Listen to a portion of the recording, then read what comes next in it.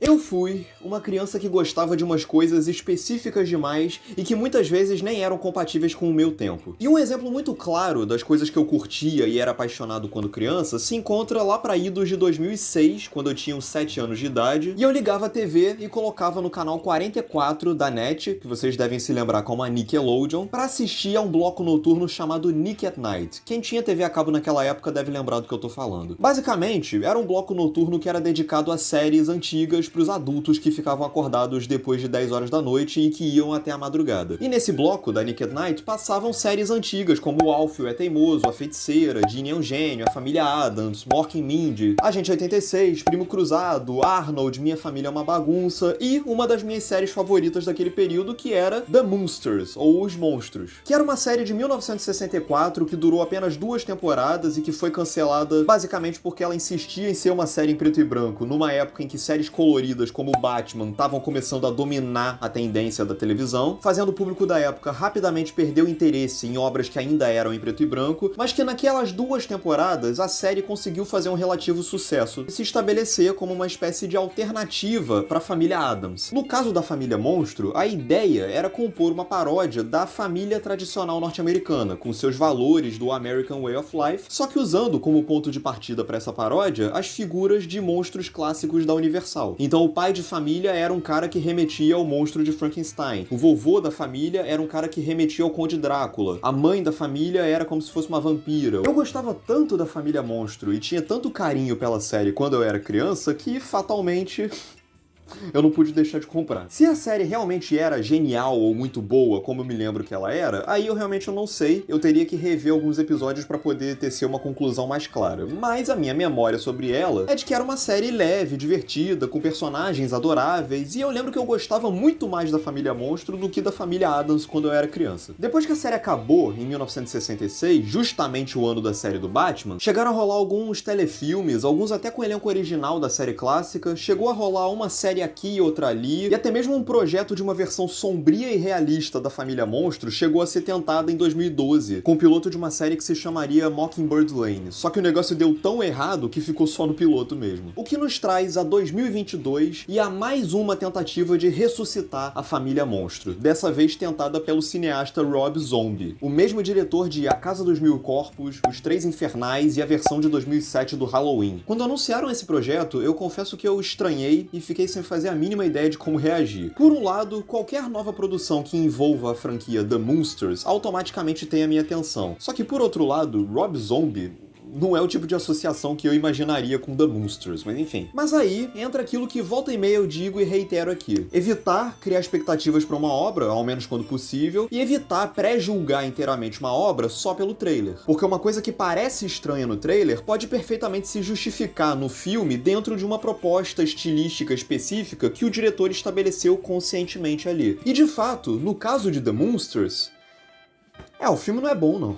Ele não é horrível, ele tem uma noção muito clara de quais são as suas propostas, e ele tá longe de ser o desastre que muitos acreditavam e desejavam que fosse a partir dos trailers. A trama, se é que dá pra dizer que há uma trama de fato, gira em torno da jovem Lily, que vive em busca de um amor pra chamar de seu, e o seu pai, o vovô, vive tentando desenrolar alguém pra filha. Tudo muda um dia quando um cientista e o seu assistente trapalhão dão vida ao Herman, um grandalhão verde composto de restos mortais aleatórios e de um cérebro que pertencia a um completo imbecil. Pois a Lily e o Herman se aproximam, se apaixonam perdidamente, o vovô detesta o Herman porque acredita, com absoluta razão, que ele é um idiota, e é isso. Em outras palavras, é um filme de origem da família Monstro. Quando eu bati o olho no trailer desse The Munsters do Rob Zombie, e eu admito que eu acreditei naquele momento que esse filme ia se tratar de uma grande sacanagem podreira com o material original. Teve até um comentário que eu li no Letterboxd que descreveu bem exatamente o que eu senti que aquele trailer parecia. Uma paródia pornô, tipo aquelas XXX, a porn parody, só que sem sexo. E eu real achei que essa fosse ser a cara do filme mesmo, ou então que algo pior ainda fosse acontecer, que o filme ia tentar aspirar a atmosfera inocente da série original, mas fosse fracassar porque tudo na abordagem do Rob Zombie, com seu jeito naturalmente marrento e podrinho de ser, acabasse apontando sem querer para uma malícia mais comprometedora. Como se o filme tentasse ser inocente, ingênuo e family friendly, mas acabasse sendo o tempo todo sabotado tratado porque haveria ali um ar de sacanagemzinha que estaria presente de forma meio subjacente, nas beiradas, mesmo que sem querer. Mas a boa notícia é que não. Justiça seja feita, o Rob Zombie, ele até consegue evitar nesse filme aqui essa conotação meio jocosa e meio marrenta que eu temia que o filme fosse, e ele consegue até evocar nesse filme um certo espirituosismo inocente que remete muito à atmosfera leve da série dos anos 60. E durante a primeira metade desse The Monsters do Rob Zombie, eu confesso que eu ri em alguns momentos do filme, sim. Eu não vou dizer que eu cheguei no ponto de gargalhar, mas tiveram algumas tentativas de humor que conseguiram me arrancar uma risada aqui e outra ali. Ora eram risadas provenientes do absurdo de certas falas e certas situações, por exemplo, o gosto da Lily por coisas macabras e a casualidade com que ela se refere a coisas horríveis. Ora eram risadas provenientes do cinismo de certas situações e de certos personagens, em especial o vovô. E diga-se de passagem, a Sheri Moon Zombie e o Daniel Roebuck estão muito bem nos seus respectivos papéis, por mais que todos os personagens desse filme se limitem a uma única dimensão. A primeira encarna bem as afetações e o romantismo absurdo da Lily, remetendo bem aos tiques e à voz específica da Ivone de Carlo lá na série original, embora essa fosse um pouco mais cínica e menos entusiasmada na sua versão respectiva. E o segundo é o grande destaque do projeto, fazendo mais do que jus à memória do Al Lewis lá na série original e obtendo resultados realmente divertidos ao ilustrar o cinismo do vovô através de umas caras e bocas que tornam as suas tiradas ainda mais engraçadas do que pareciam a princípio. Menos sorte tem o Jeff Daniel Phillips, que se esforça muito para incutir carisma e graça ao Herman Monstro, e ocasionalmente até consegue. A cena dele gritando em frente ao castelo e depois na cara do vovô sem querer é engraçadinha, porém ele fica preso a uma leitura repetitiva e irritante do personagem. Se originalmente o Fred Gwynne brilhava ao compor um Herman Monstro que atraía por ser um brutamontes que tentava simular tato social e autoridade moral e inteligência emocional, provocando riso justamente por fracassar em tudo isso, aqui o Herman Monstro é só um bicho escandaloso mesmo, um cara que fica praticamente implorando pra gente achar a graça dele e se tornando apenas chato no processo. Qual que é o problema do filme então, como um todo? O problema é que, por mais que eu compreenda a lógica do Rob Zombie e reconheça que existe uma proposta clara nesse seu projeto e que ele executa essa proposta de fato, eu simplesmente não acho que o filme executa essa proposta muito bem. Em outras palavras, ele simplesmente é um filme que não tem muita graça. De fato, ele tem alguns momentos que conseguem provocar o riso de forma pontual. Mas fora isso, na maior parte do tempo, boa parte das piadas fica presa ao básico do básico da premissa de indivíduos que gozam de um estilo de vida macabro, nunca conseguindo imaginar nada muito criativo a partir dessa premissa. Mas o pior, contudo, é a forma com que o Rob Zombie encena essa imaginação, ou essa falta de imaginação, pro humor. Em termos de decupagem, o filme inteiro se limita, de novo, ao básico do básico, caindo em uma lógica visual que parece seguir os protocolos de uma sketch do Porta dos Fundos. Eu até acho que, em termos de estilo, em termos de concepção plástica, o filme até tem algumas sacadas interessantes. Os tons de verde, vermelho, azul, roxo, amarelo são sempre muito gritantes, eles sempre se manifestam através de luzes muito berrantes na cara do espectador. De vez em quando o Rob Zombie até faz uma sacada de recortar a silhueta dos atores e transformar o fundo atrás deles em animações, e que remetem até pontualmente à licergia do estilo dos anos 60, aquelas cores berrantes o tempo todo. Só que por outro lado, eu acho que fora isso, não há mais nada no filme que remeta muito à estética dos anos 60, é só essa questão das cores e da psicodelia pontual mesmo. Isso até acaba criando uma certa desorientação, porque em termos de estilo, ocasionalmente ele parece querer remeter àquela época, mas ao mesmo tempo o teor das piadas e de boa parte da abordagem visual do Rob Zombie é uma coisa muito mais contemporânea mesmo. Então acaba criando um certo desequilíbrio estético que eu acho problemático. Fora isso, não há muita coisa construída visualmente que ajude a tornar aqueles diálogos mais interessantes ou mais engraçados do que eles já são só de serem recitados. É basicamente só plano contra plano, aqueles planos conjuntos que ainda assim são bem fechados, plano fechado de uma reaçãozinha engraçadinha, e basicamente é só isso, parece uma sketch mesmo. E como se não bastasse, ainda tem aquela maldita trilha sonora martelando no ouvido do espectador do primeiro ao último segundo de projeção, cada coisinha engraçadinha que acontece na tela. Um recurso que, em vez de contribuir, ele só serve pra tirar a graça das situações que a gente tá vendo em cena, ao deixar explícito pro espectador o quão desesperado o filme tá em nos levar ao riso. E já que eu mencionei essa apatia do Rob Zombie pra encenar situações engraçadas e pra compor uma atmosfera geral, eu devo destacar também a completa ausência de qualquer caráter macabro nesse filme. É tudo tão normalzinho, tudo tão nivelado dentro de uma chave padronizada, que nada no filme acaba soando sinistra sinistro, ou macabro, ou atípico, de fato. Tanto é que quando aqueles 3 personagens se mudam para os Estados Unidos e deveria haver ali um choque de estilos e de realidades, os cidadãos norte-americanos se deparando com o estilo de vida assustador dos monstros, esse choque simplesmente não acontece na prática, ou pelo menos não é sentido pelo espectador com a intensidade que deveria. Porque na prática, dentro da realidade construída pelo filme, a Transilvânia que a gente acompanhou na hora anterior era normalzinha demais para se sobressair tanto assim com relação aos Estados Unidos que a gente conhece na segunda metade do filme. O Rob Zombie não consegue construir uma atmosfera minimamente convincente em nenhuma das duas partes, nem na Transilvânia, nem nos Estados Unidos, nem no mundo de terror fantástico e nem no American Way of Life. E para concluir, há o fato de que, em termos de narrativa, o filme claramente não faz a mínima ideia de onde pretende chegar e nem do que pretende narrar. Sim, há a premissa de ser um filme de origem da família Monstro, mas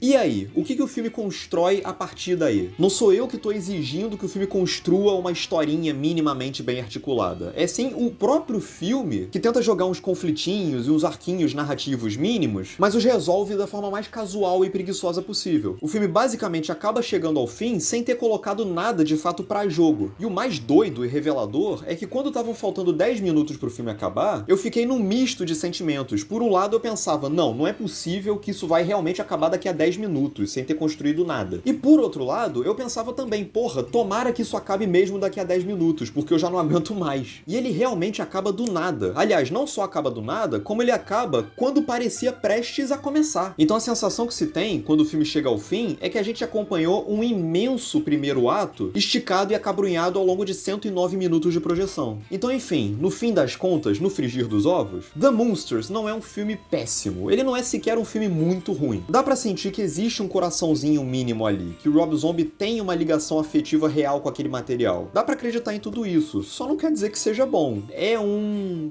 fracasso nobre, talvez? Não sei.